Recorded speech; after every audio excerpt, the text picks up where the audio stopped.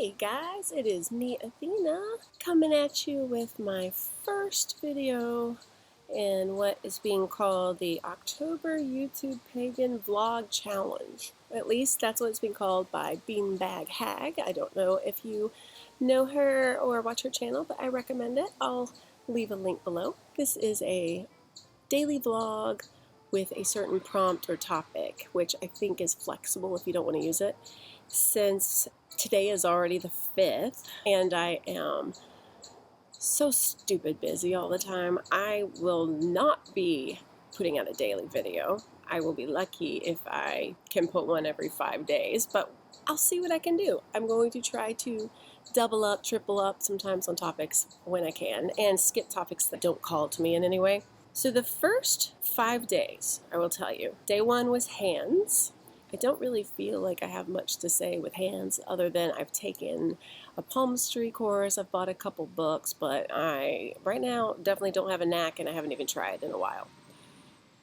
Day 2 was change. I think that was a perfect word for October 2nd, as that was my birthday, and I look at birthdays as your own little mini New Year. I mean, I feel like we have several New Years beyond January 1st. You also have Samhain and November 1st, and your own birthday. And if you are celebrating any kind of triumph over any kind of addiction or getting out of a bad marriage, etc., etc., your new life, that can be also the anniversary of that, can be another new year or a day to celebrate the change that you have made. I am currently going through some changes in life, mainly in my head right now. There are moving pieces. We are going to be selling this house. It should have already been done by now, but summer got a little insane and we did not accomplish it yet. But just a change with where I live, that's going to be pretty big. My dad, he is on his way out, and that will be a huge change since he's one of the last people who I can say I trust to love me unconditionally, you know. I'm going to want to change jobs at some point. My whole team has changed. I'm not a fan of my current team, although they're kind of growing on me. There's some positives. Day 3 was moon. I've put out videos in the past about my feelings towards the moon. I'm pretty sure one of them I hid because it was really embarrassing going back and looking at it, because it was made during my drinking days and I was definitely riding a pretty stupid looking buzz, and yeah, it's embarrassing. So that one I'm pretty sure I have hidden. I have a few videos hidden because I'm just like, let's take that out. Day 4 was believe. I feel like that's a really big one that I can't really tackle right now other than to say, kind of goes with change for me. Believe and change. Yeah, I'm such an air sign. I spend way too much time in my head, and yeah, so we won't talk about that. All right, finally, day 5, divination. Okay, this will be a little bit of a repeat in the sense that I have definitely mentioned before how my favorite form of divination is what's going on around me, specifically with animals. When certain animals cross my path, especially if they're doing something peculiar, noticeable, if it's an animal I never see, I get very excited. I love it. I love it. And I have had a raccoon that has been coming to my window almost every night for at least 2 weeks now. He comes out where I am right now. I was very nervous coming out here because he seems like the sweetest, most adorable cuddle bear on the planet, but I don't. But it's a wild animal, and I'm afraid he's going to pull a little stealthy attack mode, similar to what Buddy the Elf experiences in Elf, because I just want to give him a hug. I brought with me a broom, just in case, and I hope I won't need it. I don't see any sign of him. He doesn't show up until dusk, usually, sometimes right after the sun sets. He is so in my face, practically tapping on my window. I sit down, I have a sliding glass door over there, and I will sit down on the floor, and I'll put my head up against the glass, and he puts his little hands up on it like he wants to give me a hug. He doesn't seem vicious. He seems like the cutest, most adorable thing in the world. I will see him kind of skulking over, a little shy, and he can hear me through the glass, and I talk super baby talk, like you do with any cute puppy or baby or whatever. And I'm just like, hey, little guy. And he comes to me when I do that. Poochie and I absolutely adore him. Okay, back to divination. I was wondering what message a raccoon might have for me. Different resources give you different information. One of my resources, I don't even know where the book is. I carried it around and now I can't find it. So I will use the book that came with medicine cards. I am not appropriating. I am just saying I have always felt like animals are talking to me or have a message for me. For the longest time, Cardinal was my mom, and maybe it still is, but I haven't heard from my mom or a Cardinal in quite a while. I hope to hear him here again because I feel super disconnected from her, but that's not what this is about. So according to this here, prescription sunglasses, this is the card. So cute. Without reading the whole chapter, this is Jamie Sams and David Carson's book, and they put out the cards a long time ago. There's always like a little poem that goes with it, and then the main information. But the poem says, "Raccoon, protector of the underdog, provider for those who have none. Do you wear the bandit's mask to hide the good deeds that you've done?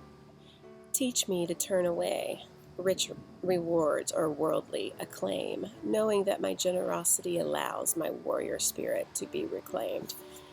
That doesn't feel completely accurate in my world. I like the first part, protector, and over here under the word raccoon it says generous protector. It says provider for those who have none. I in no way feel like I have none. I am thankful for what I have, especially having a job with a paycheck. Thank the Lord. Having 3 healthy sons. The only thing in the whole world that matters to me is that my 3 sons are happy and healthy. And I would love to have connection with them. And it's tenuous with the older ones, but it's there. And my little one is 10 and almost as tall as me now. So I know from experience, time is running out for us to be close, So I don't look at, I have none in terms of material things, but I am feeling a gaping emptiness in my life. My last video, I might have touched on it. Honestly, I cannot remember what I said, and I haven't gone back to edit it yet. So I can't sleep at night. I get maybe 4 hours of sleep a night. I feel like spirit, I did mention this in the other video, but I feel like spirit might be trying to wake me up and not just during the night, but wake me up out of my autopilot and out of my distraction of always listening to podcasts and audiobooks, which they bring me comfort and joy. I learn and I'm entertained and I'm spooked. There's so many good ghost story type podcasts out there. But back to divination, I feel like Raccoon is here to talk to me and give me a message. I'm not sure what it is, but I get so excited. I'm absolutely delighted. He is tearing up my house, I will tell you that. I think it's a she, because this little critter, again, will put little hands on the door and pick up the water bowl. I give loves the bananas, especially a little bit old bananas, but also sometimes will lay on its back and kind of get all spread eagle. And I'm not seeing any junk, so I'm guessing it's a girl. I need to not say he all the time. She is trying to get into my house. She has torn a really bad looking hole in the wall door area over there. We're going to have to patch it up. I feel like we need to hammer something metal over it. I think it's sweet. I feel like she wants to come in. I want to come out to her, and yet I'm not stupid. Also believe and understand that animals with very peculiar behavior are often showing signs that they could be sick. She doesn't seem sick. I think she's young.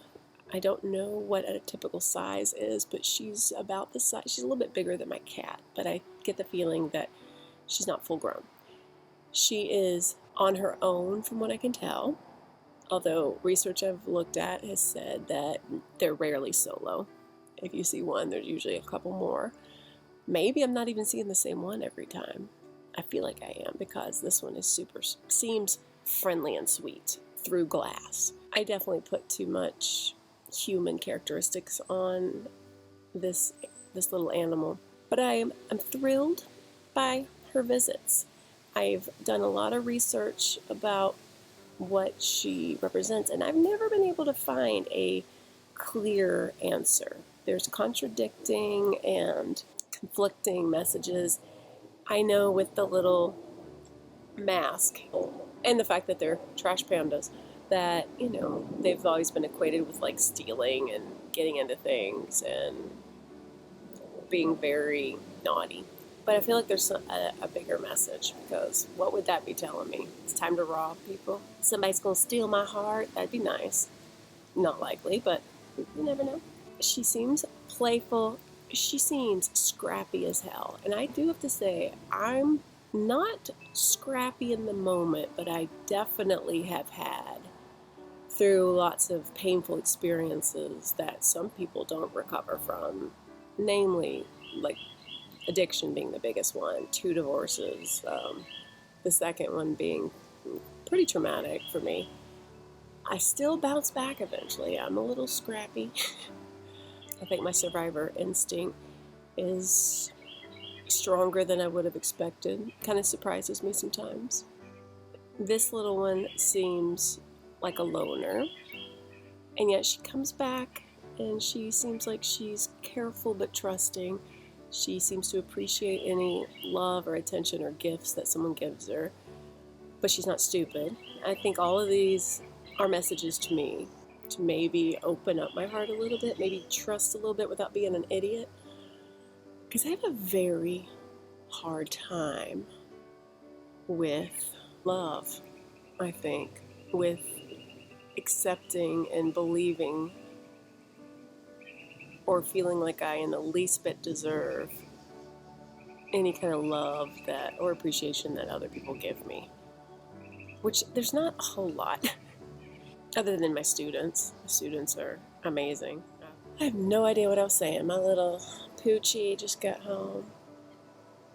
He's a goober. He's funny. I wanted him to come out and say hi to you, but he said, "Aren't you worried about the raccoon?" I was like, nah, not anymore. I was making a point, but it's long gone. I have become the hermit. I think if I chose a card that is me, it is so the hermit. I keep retreating further and further into myself and my world, and I only come out to go to work. I hardly do anything with my kid. That's probably what's waking me up every night. And I'm thinking I might want to date again. I touched on a lot of this crap before in the last video. Perhaps raccoon is telling me to be curious, to be safe and careful, but to reach out. Be ready to run, but reach out. Because I am not as friendly as this raccoon. I am that bitchy old cat that hates everybody, I feel like, and I don't want to be that cat. But it's safe and it doesn't hurt when you're rejected. I don't feel like I ever fully get over rejection. Like every heartbreak I've ever had has just sort of piled up. And I'm at that point where I'm like, do I even want to try anymore? And I think, yes, I do. I think every time I wake up at 2 in the morning and I can't sleep because I'm having a panic attack about dying alone, yada, yada, that's proof that, yeah, of course, I still need to and want to try at least one more time. If I was truly resigned to aging alone,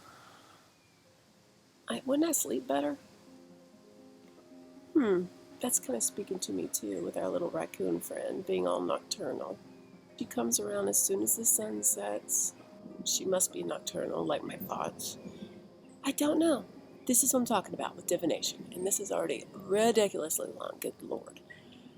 The other thing I'm doing for divination right now is Monday through Friday, I pull a tarot card. I am using the ones that I bought when meeting Corey and Lane. I showed them to you. They're in a green metal tin. They're the classic Smith Rider-Waite, but they're smaller. They're about the size of regular playing cards, and I actually really love that size. I am over trying to shuffle large cards. As soon as I park at school, turn off the car and turn off whatever I'm listening to, I have a moment and I knock on my cards 3 times to clear the energy. I whisper my thoughts and shuffle, and usually I have a jumper because I'm not the best shuffler, but I always look at the jumper as this is the card I need for the day. And then I have been keeping notes in my phone of the card I pull and then how the day turns out. But I just don't feel that it's super accurate. Here's my notes. Starting in, yeah. So the little book that came with it is bullshit. Like, I feel like it's useless, and maybe it's exactly like whatever came with the original Smith Rider-Waite deck, but it's not very useful. But like, for instance, yesterday I got Queen of Cups, and then at the end of the day, my words were, so seriously, I was a bitch on wheels today. It was zero ducks to give. Thanks, Siri. 0 fucks to give when kids tried their melodrama bullshit. Not what I would have expected. Okay, and I don't usually feel that way. I had a tough class this year with lots of really intense emotions, and I won't bore you with all that, but my point is, Queen of Cups. I was like, yo, it's going to be all in tune with my feelings and my emotions, but my emotions were not positive, and they were like, I ain't got time for your tears today, especially since it's like daily. I'm not proud. My point is, I'm trying to learn intuitively what the tarot cards mean for me, and right now I'm in the taking notes and paying attention phase. Pull a card, see what kind of day it is, see how it might relate to the card, and keep a record of it. It's a little bit divinatory, but really it's just me learning right now. Continually learning about tarot. I've got the books, I've attended some classes, but I've never taken a consecutive intensive course, and so I don't feel like I have a handle at all on actually reading. Okay, that's enough for today. I have to say, the next 3 days, the topics look incredible, and I definitely have something to say about them. I won't be talking about them right now, but on the 6th, it's ghosts. On the 7th, it's darkness. On the 8th, it's random thoughts. Those pretty much sum up my daily preoccupations. So, thank you for watching. I apologize for the scattered energy, but I'm guessing if you've ever watched any of my videos, you're used to it. And I appreciate you for that. I love you. I hope you're enjoying your October. I would love it if any of you also wanted to participate in the challenge in any way that you are comfortable with or feel like you can manage. I'll be watching. Take care. Be well. Peace.